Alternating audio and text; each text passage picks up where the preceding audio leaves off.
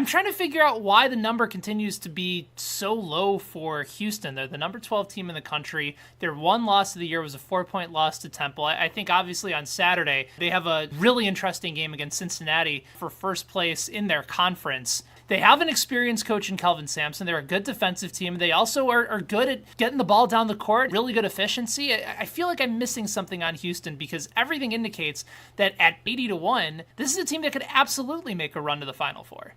You've read my mind. You've also read one of the future bets I made a month ago or so on an Action Network article. I put Houston as great value at around 100-1. You can get them at those odds at the time, and you still can. The Cougars are one of the best defensive teams in college basketball, and we saw this last year going back to the round of 32 against Michigan. People are saying, who have they played? They lost on the road at Temple, so I'm automatically taking them off the list because Temple is a borderline NCAA tournament team. Look at how they lost that game. Corey Davis with an offensive foul down the stretch in the final second, actually. The game script could have been flipped. Houston was right there in that game from having an undefeated season, and you're usually going to get a letdown on the road in conference play. They haven't had one since. You mentioned Kelvin Sampson, one of the best coaches in my mind right now in college basketball. I know it's weird to say, but what he's gotten out of this defense, they're the 11th ranked adjusted defensive efficiency in the country, top 50 in offensive and defensive rebounding rate. They got Fabian White back, a big man that they didn't have to go alongside their front court right now. You're seeing a team that could play inside out, but they could play through their guards too. Galen Robinson, another ball handler that can shoot the ball from deep. Armani Brooks is one of the best sharpshooters. A lot of these guys are so underrated in terms of their value, not just with Houston, but in college basketball overall. Houston is great value and a heck of a bet to make the Final Four. You could still get Final Four futures, which I know